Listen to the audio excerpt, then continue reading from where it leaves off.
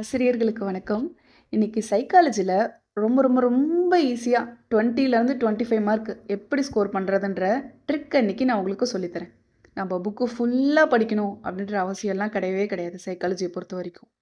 ஏன்னா நம்ம already psychology படிச்சுட்டு தான் வந்திருக்கோம். நமக்கு பேசிக் தெரியும். நம்ம சைக்காலஜி படிச்சதுலேயே நமக்கு பேசிக் இதுதான் விஷயம் அப்படின்றது நமக்கு தெரியும். சைக்காலஜியை பொறுத்த வரைக்கும் அவங்க கொடுக்குற கொஷின் எல்லாம் நம்மளோட உளவியலை பரிசோதனை பண்ணுற மாதிரி தான் ஒரு 15 கொஷின்ஸ் இருக்கும். மீதி 15 கொஷின் எப்படி இருக்கும்னா, இந்த உளவியலாளர்கள், கல்வியாளர்கள், அவங்க இந்த ஆளுமையை பற்றி சொன்னவங்க, இவங்கள பற்றியான டீட்டெயில்ஸை கொஞ்சம் கேட்டிருந்திருப்பாங்க. இவங்கள எல்லாத்தையும் நான் புக்கில் இருந்து தேடி தேடி லைன் பை லைனாக படிக்கணும்லாம் இல்லை. ஒரு ட்ரிக் என்ன இருக்குன்னா, ஓல்டு கொஷின் பேப்பரை எடுத்துக்கோங்க. அதில் இருக்கிற கொஷின்ஸ் எல்லாத்தையும் பார்த்துக்கோங்க. நார்மலாக எல்லாருமே நம்ம பார்ப்போம். ஆனால் அப்படி பார்க்காம ஒரு கொஷின்னா அந்த கொஷினை டீட்டெயிலாக பார்த்துட்டிங்கன்னா அந்த கொஷின்லேருந்து எப்படி ஆன்சர் கேட்டாலும் நம்மளால் ஆன்சர் கொஷின் பேப்பரை பார்க்கறதுக்குன்னே ஒரு மெத்தட் இருக்குது. அந்த மெத்தட் எல்லாத்தையுமே என்னோடய வீடியோஸில் ஓல்டு கொஷின் பேப்பர் வீடியோஸ் எல்லாம் பார்த்தீங்கன்னா உங்களுக்கு ஈஸியாக புரியும். சரிங்களா? அதை நீங்கள் டீட்டெயிலாக வாட்ச் பண்ணாவே உங்களால் கண்டிப்பாக ஸ்கோர் பண்ண முடியும் நல்ல மார்க். ஃபார் எக்ஸாம்பிள், இங்கே நான் இட் என்பதன் பொருள் என்ன? இது ஒரு கொஷின் தானே. ஆனால் இந்த ஒரு கொஷினை வச்சு கொஷின் எடுக்கிறவங்க என்ன பண்ணுவாங்கன்னா 7-8 கொஷினை ப்ரிப்பேர் பண்ணி வச்சுருவாங்க. இதுதான் கான்செப்டே. இதை நம்ம தெரிஞ்சுக்கிட்டாவே நம்மளால் ஈஸியாக ஸ்கோர் பண்ண முடியும். அதனால தான் ஓல்டு கொஷின் பேப்பரை தெளிவாக பாருங்கன்னு சொல்கிறேன். அந்த இப்போ இட் என்பதன் பொருள் என்ன அப்படின்னு சொல்லி கேட்டிருக்காங்களா? ஆக்சுவலாக இந்த இட்டுன்றது எதில் வரும்? ஆளுமையில் வரும். இந்த இட்டு அப்படின்றது சொன்னது யாருன்னா சிக்மண்ட் பிராய்டோட மனோபகுப்பாய்வு, அதாவது உளப்பகுப்பாய்வு கோட்பாட்டில் ஆளுமையின் முக்கிய 3 அம்சம் தான் இது. அது என்னென்னா இட், ஈகோ, சூப்பர் ஈகோ. புரியுதுங்களா?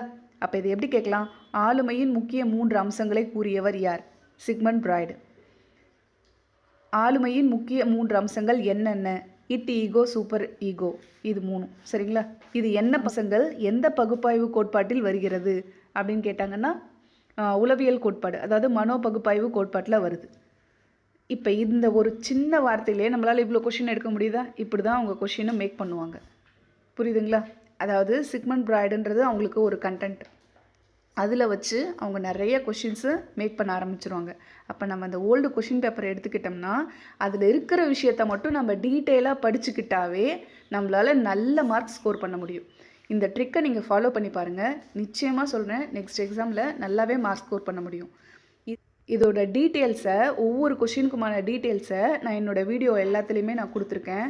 Science, Tamil, science, psychology, English, இது எல்லாத்துலேயுமே நான் கொடுத்துருக்கேன். இது எல்லாத்தையுமே நீங்கள் பார்த்துட்டே வந்தீங்கன்னா ஓரளவு உங்களுக்கு எல்லா கண்டென்ட்டுமே கவர் பண்ண மாதிரியும் இருக்கும். அதாவது இம்பார்ட்டன்ட் கண்டென்ட் எல்லாமே கவர் பண்ண மாதிரியும் இருக்கும். நிறைய இம்பார்ட்டன்ட் விஷயங்களை கேதர் பண்ண மாதிரியும் இருக்கும். சரிங்களா? ஸோ இதை நீங்கள் ஸ்கிப் பண்ணிடாதீங்க. இதை நீங்கள் ஃபாலோ பண்ணி படிச்சுட்டே வந்தீங்கன்னா உங்களுக்கு ஓரளவு நல்லா ஈஸியாகவே இருக்கும். மார்க்ஸ் ஸ்கோர் பண்ணுறதுக்கும் இது ஒரு நல்ல ஐடியா. சரிங்களா? இப்போ நம்ம ஃபஸ்ட்டு கொஷின் பார்க்கலாம். ஈட்டு என்பதன் பொருள் என்ன? ஒரு நோட் எடுத்துக்கோங்க. நான் சொல்கிறத எல்லாத்தையும் ரைட் பண்ணிக்கிட்டே வந்துடுங்க. ஏன்னா நீங்கள் சைடில் நோட் பண்ணிக்கிட்டே வந்தீங்கன்னா ரிவிஷன் பண்ணும்போது நீங்கள் எடுத்து பார்த்தீங்கன்னா டக்குன்னு உங்களுக்கு புரியவும் செய்யும், மெமரியிலையும் இருக்கும். சரிங்களா? எதையுமே ஸ்கிப் பண்ணிடாதீங்க. சொல்கிற எல்லா இம்பார்ட்டன்ட் பாயிண்ட்டுமே நோட் பண்ணிக்கிட்டே வாங்க. இட் என்பதன் பொருள் என்ன? இட், ஈகோ, சூப்பர் ஈகோ, இது 3ம் சிக்மண்ட் பிராய்டோட மனோ பகுப்பாய்வு கோட்பாட்டில் இருக்க ஆளுமையின் 3 முக்கிய அம்சங்கள். சரிங்களா? ஃபஸ்ட்டு இட்டை பற்றி பார்க்க போகிறோம். இட்டுனா அதுக்கு இன்னொரு பேர் இயற்கை. சரிங்களா? இட்டுனா இயற்கை, ஆதிக்கம் மிக்க மற்றும் உள்ளுணர்வு சார்ந்த பகுதி. பிறக்கும் போதே நம்முடன் இருப்பது இட்டு. உடனடியாக திருப்தி அடைஞ்சிரும். இது யதார்த்தம், சட்டம் அல்லது மற்றவர்களின் உணர்வு பற்றி எந்த கவலையும் படாது. எனக்கு இப்போ இது வேணும் அப்படின்ற கொள்கையில் செயல்படுவது இட்டு. புரியுதுங்களா? அதாவது ஒரு அடமண்ட் கேரக்டர்னு வச்சுக்கலாம் இட்டு. அவ்வளோதான் இட்டு. Next ego. ஈகோனா யதார்த்தத்தின் கொள்கையில் செயல்படும் ஆளுமையோட நடுநிலை பகுதி. இது இட்டு, வெளி உலகம் ஆகிய ரெண்டுத்துக்கும் இடையே சமரசம் செய்கிற நடுவர். புரியுதுங்களா? இட்டையும் இதுதான் சமரசம் பண்ணும், சூப்பர் ஈகோவையும் இதுதான் சமரசம் பண்ணும். ஈகோன்றது ஒரு சென்டர் பாயிண்ட் மாதிரி, அப்படி ஞாபகம் வச்சுக்கோங்க. சூப்பர் ஈகோன்றது இது நம்முடைய மனசாட்சி, சமூகத்தின் நெறிமுறைகள் இது எல்லாத்தையும் உள்ளடக்கிய ஆளுமையான பகுதி. It's like a leader. புரியுதுங்களா? சூப்பர் ஈகோ தான் இருக்கிறதுலே சூப்பர். சரி எது தவறு எது அப்படின்றத தீர்மானிக்கிறது சூப்பர் ஈகோ. சரியானதை செய்ய ஈகோவை ஊக்குவிக்கிறதும் இந்த சூப்பர் ஈகோ தான். புரியுதுங்களா? செயலை செஞ்சுட்டா சரியான காரியம் நடந்துருச்சுன்னா ரொம்ப பெருமையான உணர்வு கொடுக்கறது சூப்பர் ஈகோ. சப்போஸ் தவறான காரியம் பண்ணிட்டா குற்ற உணர்ச்சியில் கொன்னுடும் மனுஷனை. அதோட இதுதான் சூப்பர் ஈகோவோட ஸ்பெஷாலிட்டியே. புரியுதுங்களா? இப்போ இதை ஒரே வார்த்தையில் சொல்லணும்னா இந்த வேர்டு இம்பார்ட்டன்ட், இதை நோட் பண்ணி வச்சுக்கோங்க.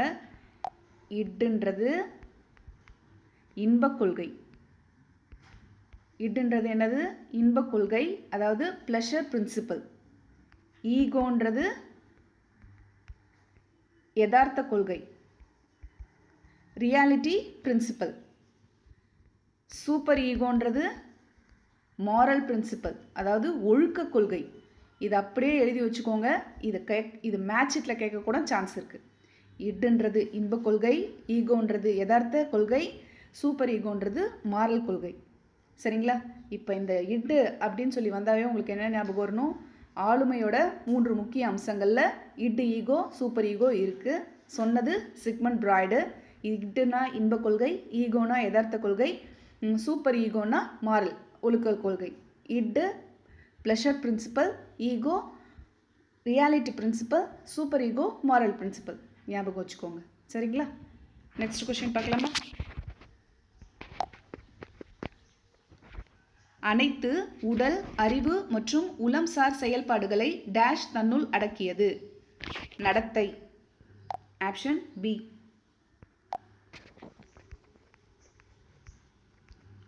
நடத்தை என்னும் சொல் டேஷின் முழு வாழ்க்கை செயற்பாடுகளையும் அனுபவங்களையும் குறிக்கிறது. நடத்தை அப்படின்றது எல்லா உயிரினங்களுக்குமே பொதுவானது தான். சரிங்களா? அப்போ இதுக்கு ஆன்சர் அனைத்து உயிரினங்கள். கீழ்கண்டவற்றுள் எந்த மண்டலம் கழிவுகளை வெளியேற்றவும் கிருமிகளை அழிக்கவும் செய்கிறது? இதுக்கு ஆன்சர் நிணநீர். Option D. பழமை ஆக்க நிலையற்ற கோட்பாட்டை முதலில் முன்னுரைத்தவர் யார்? இதுக்கு ஆன்சர் பாவ்லோவ். இவரை பற்றி கொஞ்சம் தெரிஞ்சுக்கலாம். பாவ்லோவோட full name Ivan Pavlov. Note பண்ணி வச்சுக்கோங்க, யூஸ் ஆகும். Ivan Pavlov. இவர் இந்த கோட்பாட்டில் பயன்படுத்தின விலங்கு எதுனா நாய். நெக்ஸ்ட் பார்க்கலாமா? ஒரு தொழிற்சாலையில் ஏற்படும் வேலை நிறுத்த போராட்டத்தை நேரில் பார்வையிட்டு தகவல்களை சேகரித்து புலன் விசாரணைக்கு உட்படுத்துவது டேஷ் முறைக்கு ஒரு எடுத்துக்காட்டு. இது நம்ம பண்ணியிருப்போம். கள ஆய்வு, கள பரிசோதனை முறை அப்படின்னு சொல்லுவாங்கள்ல, அதுதான். இதுக்கு ஆன்சர் கள ஆய்வு.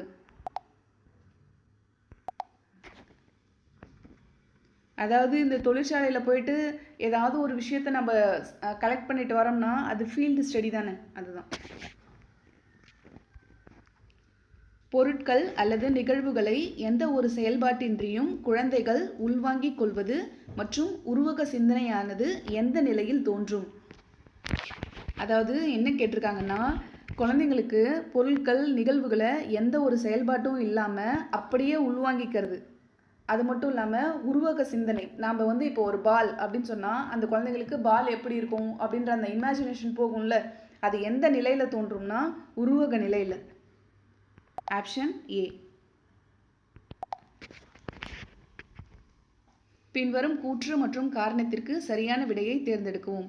மெல்ல வேகமாக கற்போரை காட்டிலும் சிறந்த நினைவில் இருத்துபவராக தோன்றுகின்றனர். அதாவது பொறுமையாக கற்றுக்கிறவங்க வேகமாக கற்றுக்கிறவங்கள காட்டிலும் நல்லா ஞாபகம் வச்சுக்குவாங்க அப்படின்னு சொல்கிறாங்க.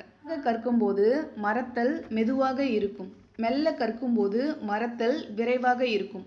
கேட்கும்போது உங்களுக்கே இது ஈஸியாக புரியுது இல்லைங்களா? விரைவாக கற்றுட்டோம்னா அப்படியே ஃபாஸ்ட்டாக படித்தா என்ன ஆகும்? நம்மளோட மைண்டு கொஞ்சமாக தான் கேதர் பண்ணும். புரியுதுங்களா? எல்லாத்தையும் கேதர் பண்ணாது. ஆனால் நம்ம பொறுமையாக கற்கும்போது நம்மளுக்கு ஞாபகம் லாங்காக இருக்கும். அப்போ இதோட காரணம் தப்பு. அப்போ கூற்று சரி, காரணம் தவறு. Option A.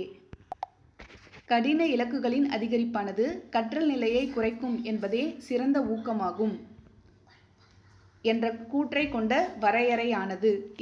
இந்த வரையறை எந்த கூற்றை அடிப்படையாக கொண்டது அப்படின்னு சொல்லி கேட்டிருக்காங்க. டார்கிஸ்-டாட்சன் விதி. Option B. அப்படியே நம்ம மாஸ்லோவையும் பார்த்துக்கலாம்.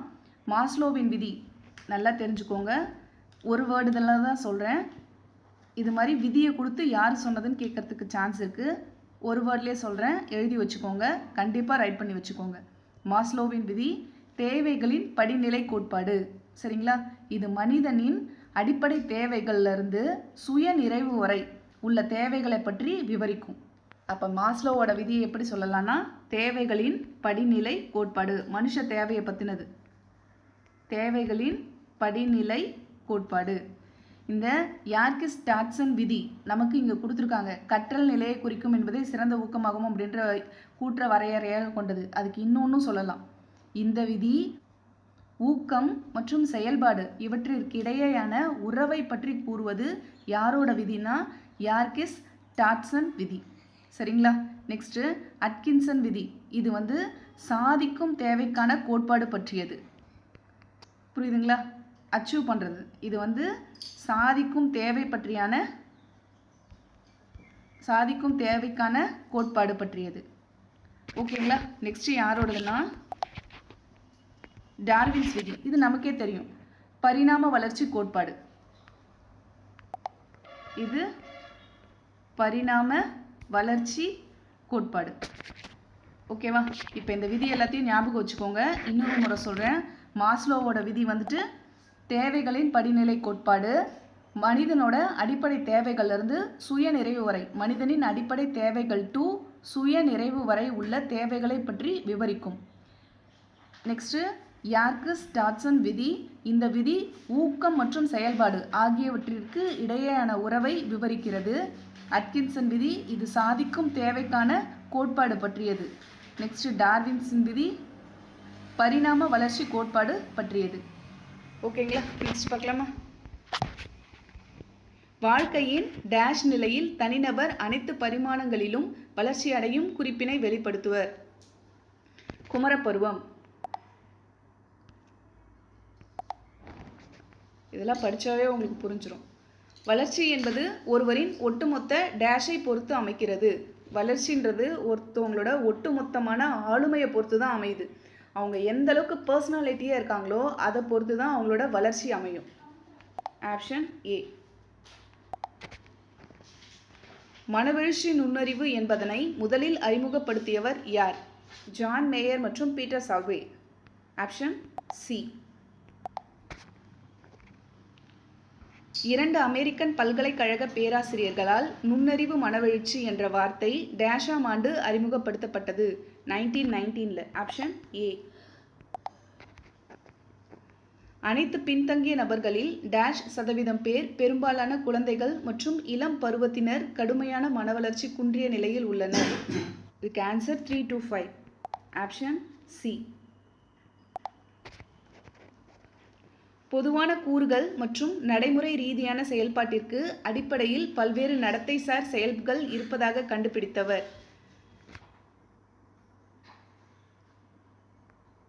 தார்டெக். Option D. ஆளுமையை 2 வகைகளாக அகநோக்கல் மற்றும் புறநோக்கல் என்று பிரித்தவர்? ஜங்க். ஆக்சுவலாக இது வெறும் ஜங்க் மட்டும்தான் கொடுத்துருக்காங்க. இவரோட ஃபுல் நேம் என்னன்னா Carl Jung. CARL JUNG. Carl. இதில் இன்னொரு முக்கியமான விஷயம், நோட் பண்ண வேண்டிய விஷயம் இருக்குது. அது என்னென்னா, ஆளுமையை 2 வகைகளாக அகநோக்கல் புறநோக்கல்னு பிரித்தார் இல்லைங்களா? அது எந்த புக்கிலேருந்து எடுத்திருக்காருன்னா உளவியல் வகைகள் அப்படின்ற புக்கில் எழுதியிருக்காரு. எந்த புக்கில் எழுதியிருக்காரு? உளவியல் வகைகள்.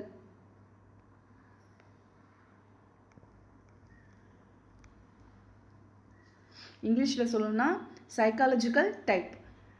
நோட் பண்ணி வச்சுக்கோங்க, இம்பார்ட்டன்ட். ஒரு 16 வயதுடைய பையனுக்கு மன வயது 20 எனில் அவன் நுண்ணறிவு விகிதம் இங்கே நமக்கு பர்சன்டேஜ் கேட்டிருக்காங்க. இது ரொம்ப ரொம்ப ரொம்ப இம்பார்ட்டன்ட். ஃபார்முலா கொடுத்துட்டு ஃபார்முலா இதில் எது கரெக்டான ஃபார்முலான்னு கேட்கலாம்.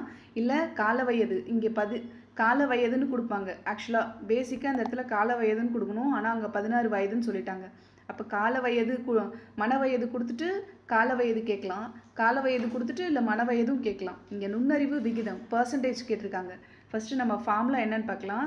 ஐக்யூ தானே கேட்டிருக்காங்க. அப்போ IQ equal to MA by CA into 100. இங்கே MAனா என்னென்னா மன வயது பை கால வயது இன்ட்டு 100. இப்போ நமக்கு மன வயது எவ்வளோ கொடுத்துருக்காங்க? 20 கொடுத்துட்டாங்க. கால வயது அதுதான் ஒருவனோட பேசிக் அவனோட வயசு தான் கால வயது. அப்போ அது 16 இன்ட்டு 100. ஓகேங்களா? இதை கேன்சல் பண்ணலாமா? 4 டேபிளில் கேன்சல் பண்ணால் 4 4s are 16, 5 4s are 20. இங்கே 100 இருக்கா? இந்த 100 கேன்சல் பண்ணால் 4க்கும் 100க்கும் கேன்சல் பண்ணால் 25 கிடைக்கும். அப்போ 25 இன்ட்டு 5 125. அப்போ அவனோட நுண்ணறிவு எவ்வளோ? 125. புரியுதுங்களா? அவனோட IQ power 125. Option D. Next, வைகாட்ஸ்கியின் கட்டைகள் பின்வருவதை பரிசோதிக்க உதவுகின்றன. வைகாட்ஸ்கியின் கட்டைகள் பின்வருவதை பரிசோதிக்க உதவுகின்றன. அவரோடது எதை பரிசோதிக்க உதவுது அப்படின்னு சொல்லி கேட்டிருக்காங்க. இந்த கொஷின்னு இம்பார்ட்டன்ட் தான். இதில் கொஞ்சம் டீட்டெயிலாக சொல்கிறேன், அதை நோட் பண்ணி வச்சுக்கோங்க. ஏன்னா இதுலேருந்து கேட்குறதுக்கும் நிறைய சான்சஸ் இருக்குது. ஃபஸ்ட்டு நான் ஆன்சர் சொல்லிடுறேன். பொதுமை கருத்து உருவாக்குதல் பரிசோதனையில் இது பெரிதும் உதவுது. Option C. இந்த சோதனை எதுக்காக நடைபெறுதுன்றதை ஃபஸ்ட்டு நம்ம தெரிஞ்சுக்கணும். இந்த வைகாட்சியின் கட்டைகள் சோதனை எதுக்காக நடைபெறுது? பெரும்பாலும் குழந்தைகளின் அறிவாற்றல் வளர்ச்சி மற்றும் சிந்தனை செயல்முறைகளை புரிந்து கொள்வதற்கு உதவுது. பெரும்பாலும் குழந்தைகளின் அறிவாற்றல் வளர்ச்சி மற்றும் சிந்தனை செயல்முறைகளை புரிந்து கொள்வதற்காக நடத்தப்படும் சோதனை இந்த வைகாட்சியின் கட்டை சோதனை, அதாவது பொதுமை கருத்து உருவாக்குதல் சோதனை. சரிங்களா? இது நல்லா நோட் பண்ணி வச்சுக்கோங்க. குழந்தைகளோட அறிவாற்றல் வளர்ச்சியும் சிந்தனை செயல்முறைகளையும் புரிந்து கொள்வதற்காக உருவாக்கப்பட்ட சோதனை தான் இந்த சோதனை. சரிங்களா? எக்ஸாம்பிளாக சொல்லணும்னா, ஒரு குழந்தை எப்படி பல்வேறு வடிவங்கள், நிறங்கள், அளவுகள் மற்றும் உயரங்களை கொண்ட ஒரு கட்டைகளெல்லாம் பயன்படுத்தி பொதுவான கருத்தை எப்படி உருவாக்கி வகைப்படுத்துகிறாங்க அப்படிங்கிறது தான் இந்த சோதனையோட அடிப்படை சாராம்சம். எக்ஸாம்பிளாக சொல்லணும்னா, இப்போ சிம்பிளாக சொல்கிறேனே, இப்போ வானத்தில் வந்துட்டு மேகம் போகுதுன்னா குழந்தைங்க பார்த்துட்டு அங்கே பாருங்கப்பா, அங்கே மீன் போகுது, யானை போகுது, அந்த மாதிரியெல்லாம் அவங்களுக்கு தகுந்த மாதிரி அந்த உருவத்தை டிசைன் பண்ணிப்பாங்கல்ல, அதே தான். நம்ம நிறைய கட்டைகளை கலர் கலராக போட்டோம்னா அதை வச்சு ஒரு ஷேப்பை அவங்க ஃபார்ம் பண்ணி அது அவங்க என்னன்னு புரிஞ்சுக்கிறாங்க. அது மூலமாக குழந்தைங்களோட அறிவாற்றலை செக் பண்ணுறது தான் இந்த சோதனையோட அடிப்படை சாராம்சம். புரியுதுங்களா? நெக்ஸ்ட் பார்க்கலாமா? லெக்கி என்பவர் முன்மொழிந்த தற்கருத்து என்ற சொல்லை தன்னெறிப்படுத்தும் அறிவுரை பகிர்தலில் ஏற்றுக்கொண்டவர் டேஷ் ஆவார். கார்ல்ஸ் ரோஜர். Option A. மரத்தல் வளைகோடு வழங்கும் கருத்து என்பது ரொம்ப ரொம்ப ரொம்ப இம்பார்ட்டன்ட். நோட் பண்ணி வச்சுக்கோங்க. கண்டிப்பாக வர்றதுக்கு சான்ஸ் இருக்குது. நோட் பண்ணி வச்சுக்கோங்க. இந்த கோட்பாட்டை, மரத்தல் வளைகோடு அப்படின்ற கோட்பாட்டை ஃபஸ்ட்டு 19th செஞ்சுரியில் யார் சொன்னாருன்னா ஹெர்மன் எபிகாங்ஸ். சரியா? அவர் தான். நேம் எழுதுகிறேன், நோட் பண்ணி வச்சுக்கோங்க. மரத்தல் வளைகோடுனா ஹெர்மன்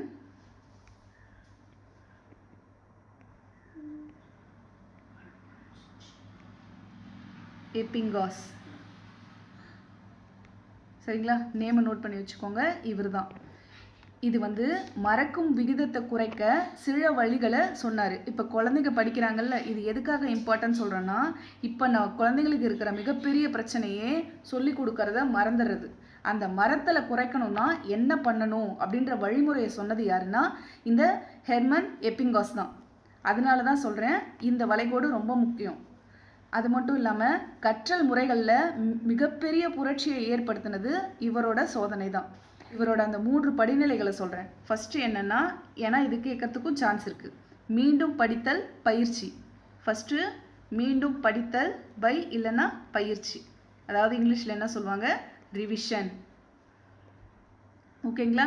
செகண்ட் வந்துட்டு இடைவெளி விட்டு படித்தல், கேப் கொஞ்சம் இப்போ படிச்சுட்டு ஒரு 2 நாள் கேப் விட்டு மறுபடியும் படிக்கிறது, அதுதான். தேர்ட் வந்து அர்த்தமுள்ள கற்றல், அதாவது மீனிங்ஃபுல் லேர்னிங். புரியுதுங்களா.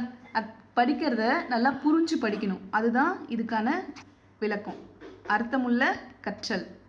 அப்போ ஃபஸ்ட் என்னது, மீண்டும் படித்தல் இல்லைன்னா பயிற்சி. செகண்டு இடைவெளி விட்டு படித்தல். மூன்றாவது அர்த்தமுள்ள கற்றல், மீனிங்ஃபுல் லேர்னிங். இதுதான். இந்த வளைகோடு நீண்ட கால நினைவாற்றலை பேணுவதற்காகவும் தொடர்ச்சியான மற்றும் திட்டமிடப்பட்ட திருப்புதலின் முக்கியத்துவத்தை வலியுறுத்துவதற்காகவும் ஏற்படுத்தப்பட்டது தான். நான் எதுக்காக சைக்காலஜியில் இருக்க மாதிரியே சொல்கிறேன்னா, இந்த மாதிரி தான் புக்கில் கொடுப்பாங்க, உங்களுக்கு ஈஸியாக புரிகிற மாதிரின்றதுக்காக நான் எக்ஸ்பிளைன் பண்ணுறேன். இந்த வளைகோடு எதுக்காக யூஸ் பண்ணாங்கன்னா, ரொம்ப காலமாக நினைவாற்றலை குழந்தைங்களுக்கு இருக்கணும், அப்புறம் தொடர்ச்சியாக திட்டமிடப்பட்ட திருப்புதலோட முக்கியத்துவத்தை குழந்தைங்களுக்கு வலியுறுத்தணும், அதுக்காக ஏற்படுத்தப்பட்டது தான் இந்த மறதல் வளைகோடு கற்றல். சரிங்களா. டேஷ் பரிசோதனை உளவியல் என்பதே கல்வி உளவியல் ஆகும். மனித பரிசோதனை உளவியல் என்பதே கல்வி உளவியல் ஆகும். Option A. டேஷ் என்பவர் சமூக முகவர் ஆவர். ஆப்ஷன் சி, முதல் நிலை குழு. நுண்ணறிவானது டேஷ் பருவத்தில் செழுமை அடையும். குமரப்பருவம். Option C. வகுப்பறை கற்பித்தலில் ஒரு ஆசிரியர் டேஷை அடிப்படையாக கொண்ட மாணவர்களின் நடத்தையை கட்டுப்படுத்த, மேலாண்மை செய்ய மற்றும் கணிக்க முடியும். இது என்னன்னா ஆய்வுகள். ஏன்னா டீச்சர்ஸ் வந்துட்டு ஆய்வுகளை அடிப்படையாக கொண்டுதான் மாணவர்களோட நடத்தையை கட்டுப்படுத்தவும் மேலாண்மை செய்யவும் அவங்கள கண்காணிக்கிறதுக்கு அவங்கள வாட்ச் பண்ணுறதுக்கும் முடியும். அப்போ ஆன்சர் வந்துட்டு சி, ஆய்வுகள். கற்போர் படிப்பிலிருந்து விலக கீழ்கண்டவற்றில் எது காரணமாகாது, எது காரணம் இல்லை அப்படின்னு சொல்லி கேட்டிருக்காங்க. கொஸ்டினை நல்லா படிச்சு பார்த்துட்டு ஆன்சர் பண்ணுங்க. சரிங்களா. எது காரணம் இல்லைன்னு கேட்டிருக்காங்க. ஆர்வமின்மை, அவங்க நல்லா படிக்காததுக்கு, படிப்புல இருந்து விலகிறதுக்கு ஆர்வமின்மை ஒரு காரணம்தான். எஸ். அப்ப நெக்ஸ்ட் இணக்கமற்ற சூழல், அவங்களுக்கு வந்துட்டு அன்கம்ஃபர்டபுளான சுச்சுவேஷன் இருந்ததுனாலும் அவங்க படிக்க மாட்டாங்க. அப்ப இதுவும் எஸ் தான். அப்போ ஊக்கமின்மை, அவங்களுக்கு ஃபஸ்ட்டு மோட்டிவேஷன் வேணும். அவங்களுக்கு நம்ம நல்லா படிக்கணும், நல்லா வளரணும், இந்த சமுதாயத்தில் ஒரு பெரிய ஆளாக வரணும் அப்படின்ற அந்த ஊக்கம் இல்லைன்னா அவங்க நிச்சயம் படிக்க மாட்டாங்க. அப்போ இதுவும் எஸ் தான். அவ்வானா என்ன, ஆசை. அப்போ இங்கே என்ன நமக்கு கொஷின் கேட்டிருக்காங்க, கொஷினை நல்லா பாருங்க. படிப்பிலிருந்து விலக எது காரணமாகாது. அவனுக்கு நிறைய ஆசை இருந்துச்சுன்னா, அவன் படிக்கணும்னு விருப்பம், அவானா என்ன, விருப்பம், அவனுக்கு நிறைய விருப்பம் இருந்துச்சுன்னா அவன் ஏன் படிப்பை விட்டு விலக போறான். அப்ப இது காரணமே இல்லையே இருந்துச்சுன்னா அவன் படிப்புல இருந்து விலக மாட்டான். அப்ப ஆப்ஷன் டி, இதுதான் ஆன்சர். அகக்காட்சி கற்றலில் வலுவூட்ட கற்றல் என்பது டேஷ் மூலம் நடைபெறுகிறது. இங்க வலுவூட்ட கற்றல்னு கொடுத்துருக்காங்க. இது வந்துட்டு ஒரு கோட்வேர்ட் மாதிரி. கோட்வேர்டை விட இது இம்பார்ட்டன்ட் கொஸ்டின் தான். அகக்காட்சி கற்றல்னா என்னன்றதை ஃபர்ஸ்ட் நம்ம தெரிஞ்சுக்கணும். திடீரென பிரச்சனையின் தீர்வு மூளையில் தோன்றுவது தான் அகக்காட்சி, அதாவது உள்ளொளி தோன்றுதல்னு சொல்லுவாங்கல்ல, அதுதான். சரிங்களா. திடீரென பிரச்சனையோட தீர்வு மூளையில தோன்றுவது. இத சொன்னது யாருன்னா, ஆக்சுவலா இதுல நிறைய பேர் இருப்பாங்க. யாருன்னா இந்த கெஸ்டால்ட் உளவியர்கள் இருப்பாங்கல்ல. இது நீங்க போன ப்ரீவியஸ் இயர் கொஸ்டினோடது லாஸ்ட் வீடியோவை நீங்க வாட்ச் பண்ணியிருந்தீங்கன்னா இப்போ இது உங்களுக்கு தெரியும். இந்த கெஸ்டால்ட் உளவியல் அப்படின்னு நம்ம ஒன்று பார்த்துருப்போம்ல முன்னாடி, அதோட ரிலேட்டட் தான் இது. அந்த கெஸ்டால்ட் உளவியலர்கள் தான் இந்த அகக்காட்சி முறையையும் முன் வச்சாங்க. இதுல ரொம்ப முக்கியமானவர் இந்த வலுவூட்ட கற்றல் அப்படின்றது சொன்னது யாருன்னா கோலர், வுல்ஃப்காங் கோலர். நேம் நோட் பண்ணி வச்சுக்கோங்க, இம்பார்ட்டன்ட், ஸ்கிப் பண்ணிடாதீங்க. வுல்ஃப்காங் கோலர். சரிங்களா. அப்ப அகக்காட்சி கற்றலில் வலுவூட்ட கற்றல் அப்படின்றது என்னதுன்னா பின்னூட்டம். Option C. இவர் எந்த விலங்கை வச்சு இந்த சோதனையை நடத்தினாருன்னா சிம்பன்சி குரங்குகளை வச்சு.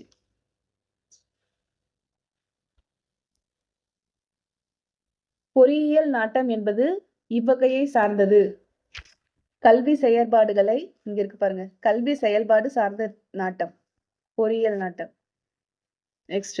பின்வருவனவற்றுள் எந்த ஒன்று குமர பருவத்தினருக்கு தேவைப்படுவதில்லை? எது வந்து குமர பருவத்துல இருக்க குழந்தைங்களுக்கு தேவை இல்லை அப்படின்னு சொல்லி கேட்டிருக்காங்க. அது என்னன்னா, அவங்களுக்கு கண்டிப்பா உடல் சார்ந்த தேவைகள் இருக்கும், சமூக தேவையும் இருக்கு, ஒருமைப்பாட்டு தேவையும் இருக்கு. இதெல்லாமே இருக்கு. எது வேணான்னா சுயவயப்படுத்துதல் தேவை. Answer D.